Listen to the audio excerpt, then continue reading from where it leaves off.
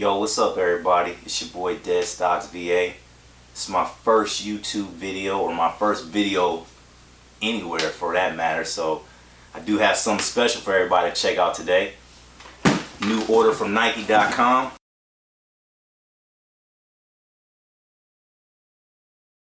We got the Nike Plus basketball shoe.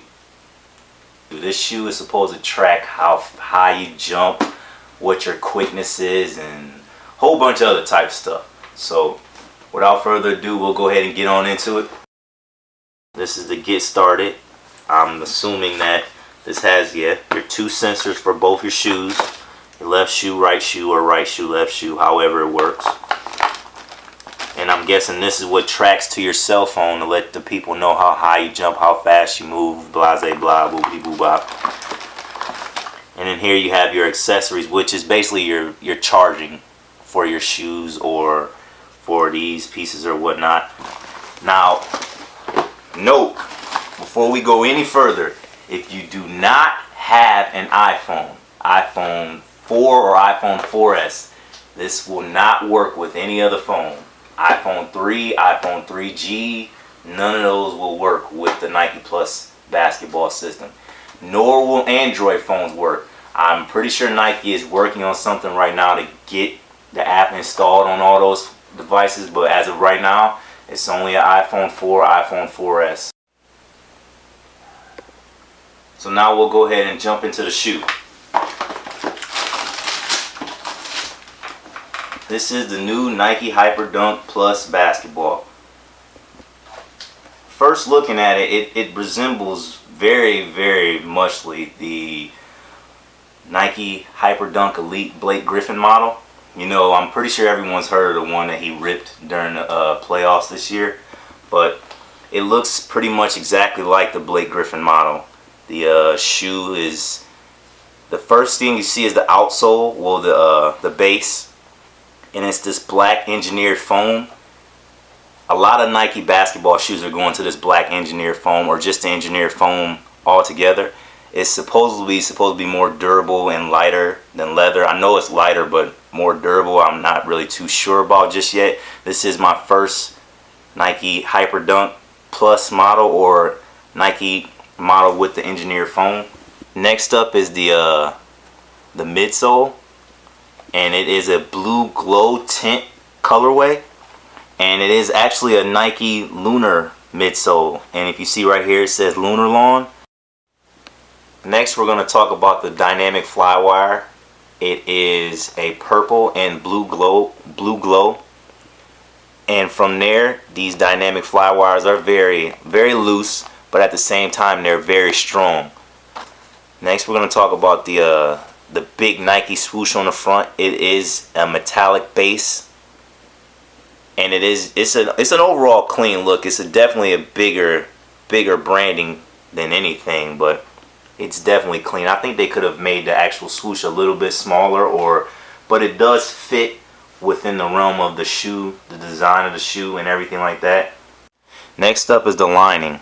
The lining is the blue glow, and I'll move the laces out the way real quick. Oh, the laces also have a metallic purple tips on the ends of each one of them. They don't have any wording, it's just the metallic purple tips.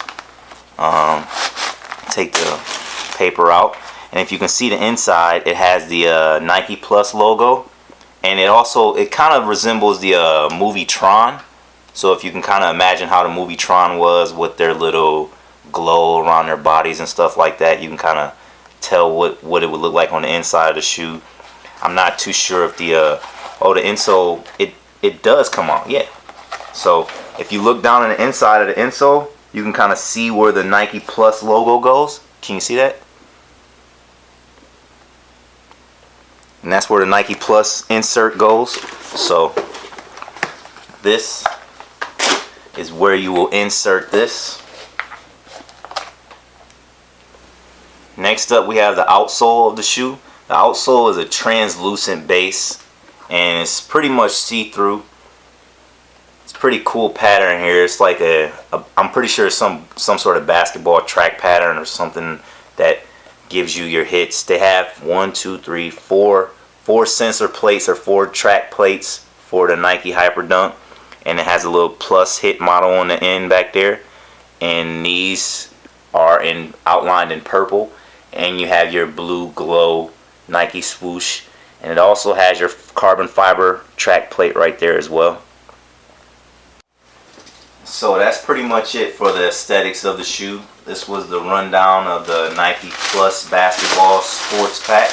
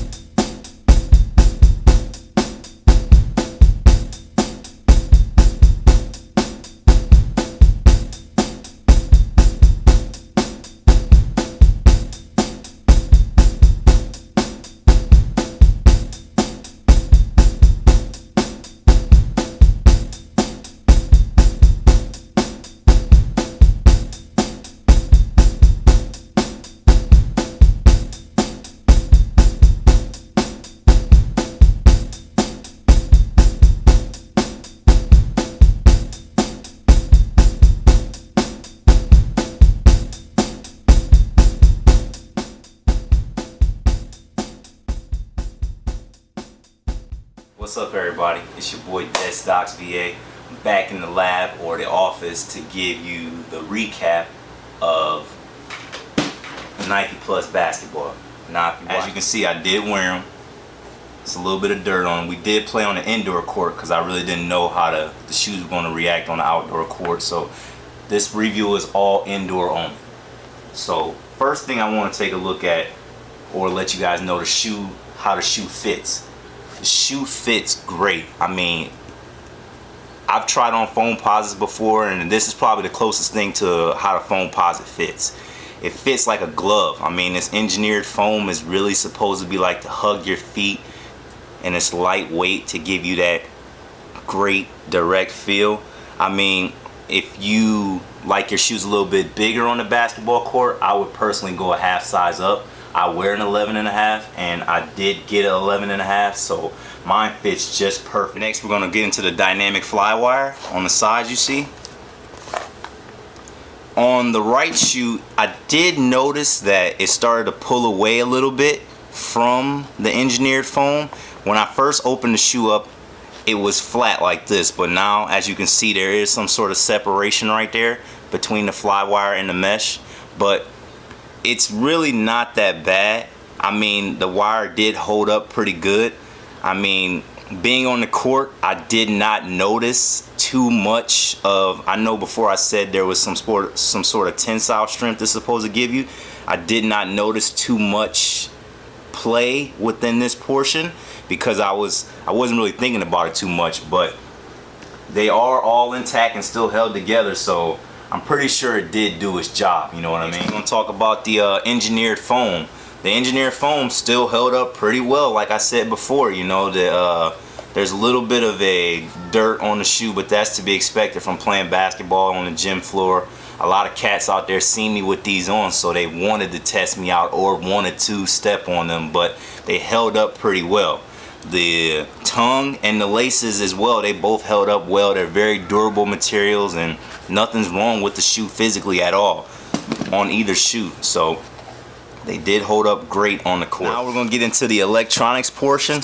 I don't know if you can see this too well, but I'll try to do my best.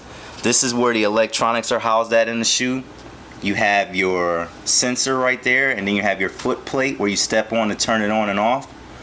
And from first off, I thought it was pretty cool, but it definitely is a cool process. I'm just saying that it does take a while to get used to and try to play with. I went straight to the court, and I thought all I had to do was just plug the sensors in and go. It definitely takes a little bit more than that. And Nike tried to simplify it with all of their menus on your iPhone that you get, but it kind of made the process harder. So I stopped, and I thought I was finished, but I still had steps to go. So my recommendation, if you do get these shoes and you do want to go play in them, break them in at home, do all the stuff you need to do at home, or do it in the car before you get out the car, because it took me about 30 minutes to get the shoe ready and up and running before I could actually go play. Well, now we're to the end, and I'm pretty sure this is what everyone wants to know. Is it worth the money? Yes, to a certain extent. I personally believe that these shoes are great product. For a few different age brackets, I think this shoe would be great. For 13 to 18 years old, you know, those kids from junior high to seniors in high school trying to take their game to the next level to get scouts to look at them and whatnot, that shoe would be great for them. It tracks your vertical, tracks your quickness, and tracks your fuel that you're burning. Now, for 18 to 22, 23-year-olds, those college kids who play NCAA basketball and are trying to get noticed by the pros, it does definitely help out there as well. And the last age bracket, I think it would be probably the 30 to 35 years old. I'm not in that age bracket yet, but I think this shoe would be good for those guys because, you know, I know you've heard your dad talk about it back in the day, like, man, back in the day I used to kill it on the court, man, I was crazy.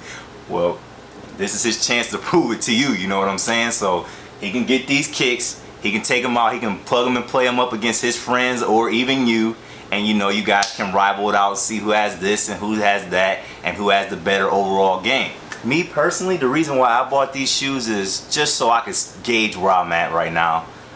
About a year ago around this time, I tore my ACL playing basketball. I tore my ACL and my meniscus playing basketball. So this was pretty much the first time I was back out on the court, real action playing basketball. And I was actually surprised I could still get up like I used to. I mean, it wasn't there, but it was a little bit. I mean, my vertical jump, if you seen on the video earlier, it was 38.2. And I know last year around this time it had to be higher than that. So it would have been interesting if they had these shoes out last year around this time. But, you know, just for me and my purposes, I like to see that I could still go out there and get up the way I used to. But for my age bracket, which is like 25 to 28 or 25 to 30, I'm 28. So I think these shoes are pretty much bragging rights for you and your friends. Like, if I were to get them, it's just basically to show my friends that I can still hoop, I can get it, and I can get them. All my friends got nothing on me. I killed the competition. So that's basically why I got the shoes, to let them know that I still am the man.